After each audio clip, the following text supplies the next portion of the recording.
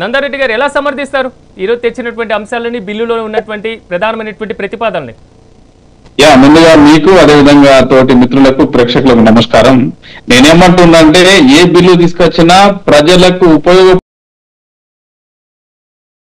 దీని ద్వారా రాజకీయ నాయకులలో కనీసము మనము మంచి చేయాలి, ఒకవేళ చెడు చేసినట్టయితే నష్ట నివారణ చర్యలను పూడ్చలేము అనేటటువంటి ఒక పరిస్థితి రాజకీయ నాయకుల లోపల పరిపక్వత వస్తుందని అనుకుంటున్నా.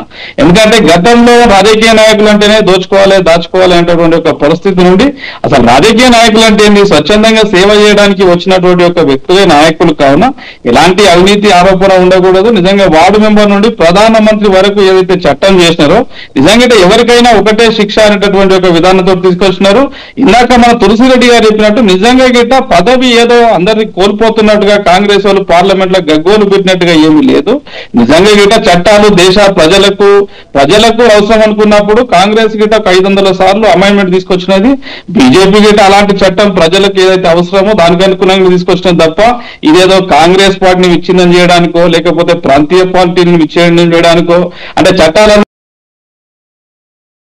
లేకపోతే వేరే పార్టీలకు వేరే చట్టం కాదు కదా. దీన్ని రాజ్యాంగంలో అమెండ్మెంట్ చేస్తున్నారు. కావున ఇది రాజ్యాంగంలో భాగంగా అన్ని పార్టీలకు, అందరు మంత్రులకు, అందరు నాయకులకు వర్తించేటటువంటి యొక్క విషయమే. కావున నేను దీన్ని 100% స్వాగతిస్తున్నాను అనుకుంటున్నా. దీన్ని ప్రజలు గిట్ట స్వాగతిస్తారని నేను విశ్వాసిస్తున్నాను. ఇంకోటి కూడా నందారెడ్డి గారు ఇక్కడ ఒక సందేశం ఏంటంటే పూర్తి స్థాయిలో ఒక 5 సంవత్సరాలకు పైబడినటువంటి ఏదైతే నేర నిరూపితమైనటువంటి కేసులకు సంబంధించి 30 రోజులకి మించి ఉండకూడదన్నారు. ఒకవేళ 5 సంవత్సరాలకు మించి కేసులు కాకుండా 5 ఏళ్ల లోపు ఉన్నటువంటి కేసుల్లో ఉండి 30 రోజులకు మించి జైల్లో ఉంటే వాళ్ళు పదవులు అనుభవించవచ్చా? అంటే ప్రజాస్వామ్యంలో అది ఒక మచ్చగా మారదా? అంటే నేనేమంటున్నా, ఒక్కొక్కసారి అనుకోకుండా రాజకీయ క్షేత్రంలో జరుగుతున్నటువంటి ఒక తర్జన భర్జనలో భాగంగా అనుకోని కేసులు, అనుకోని వివాదాలలో ఇరుక్కొని ఒక మంచి వ్యక్తి గిట అనుకోకుండా ఏదైనా కేసులో ఇరుక్కుంటే నిజంగానే అతని మీద నేరారోపణ చేసినారు, కానీ అతను నేరం చెయ్యలేడు అని రుజువైతే నిజంగా మంచి వ్యక్తుల గిట ఇలాంటి చట్టాలు ఎన్నో కోణాల నుండి ఆలోచన చేసిన తర్వాతనే ఒక చట్ట సవరణ చేస్తారు కదా. ఊరికైనా ఎట్లా పడతారో చట్ట సవరణ చేయరు కదా మన కోసం. అంటే నేను ఏమంటున్నా, చట్టాలలో ఉన్నటువంటి ఒక లొసుగులను వాడుకోనే కదా గతంలో కాంగ్రెస్ ప్రభుత్వం ఈ దేశం భారతదేశం 1947లో మతం ఆధారంగా విడిపోయినటువంటి ఒక దేశం 1705 లో సెక్యులరిజం ఎట్లయిందండి. అంటే ఉన్నటువంటి ఒక లోపాలను అడ్డం పెట్టుకొని రకరకాల చట్టాలు సవరణ చేసిన. అట్లా కాకుండా జరగడానికే రాజకీయ నాయకులలో పరిపక్వత రావడానికి శుభ సూచకమని నేను అనుకుంటున్నా. ఎవరైనా తప్పు చేస్తే ఖచ్చితంగా శిక్ష అనుభవించాల్సి ఉంటుంది. తప్పు చేయకపోతే ఎవరికి ఇబ్బంది ఏం లేదు కదా.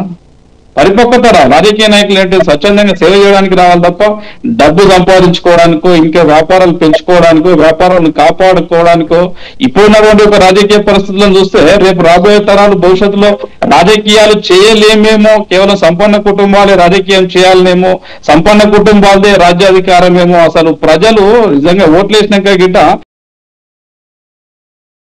పరిస్థితి, వాళ్ళ కంపౌండ్ లోపలికి పోలేనటువంటి ఒక పరిస్థితి, వాళ్ళ సంపదను కాపాడుకోవడానికి లేకపోతే వాళ్ళ పరపతిని కాపాడుకోవడానికి, వాళ్ళ కుటుంబాలను వాళ్ళ పిల్లలను కాపాడుకోవడానికి రాజకీయ క్షేత్రం దేశ భవిష్యత్తు వాళ్ళ కుటుంబాల చేతిలో పెట్టినట్టే అవుతుంది తప్ప ఇది కేవలం రాజకీయ పరిపక్వత ఉన్నోళ్ళకి కానీ, సామాజిక స్పృహ ఉన్నోళ్ళకి కానీ, సమాజ కార్యంలో సమాజం పట్ల అవగాహన ఉన్నటువంటి ఒక వ్యక్తులు రాజకీయాలకు రాలేకపోతున్నారు. ఇది చాలా శుభ సూచకం. ఖచ్చితంగా ఇది ఇంప్లిమెంటేషన్ చేయాల్సిందే.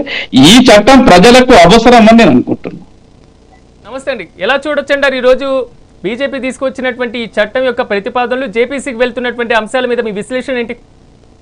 1000% జేపీసీకి వెళ్ళినా ఎక్కడికి వెళ్ళినా ఈ చట్టం ఇంప్లిమెంటేషన్. లక్ష్మణ్ గారు, నందారెడ్డి గారు ఒక్క నిమిషం. లక్ష్మణ్ గారు వాయిస్ వినిపిస్తుందా? ప్రతిపక్ష పార్టీలన్నీ కూడా పెద్ద గొడవలు పెట్టాయి, వ్యతిరేకించారు. అసలు ఆ బిల్లును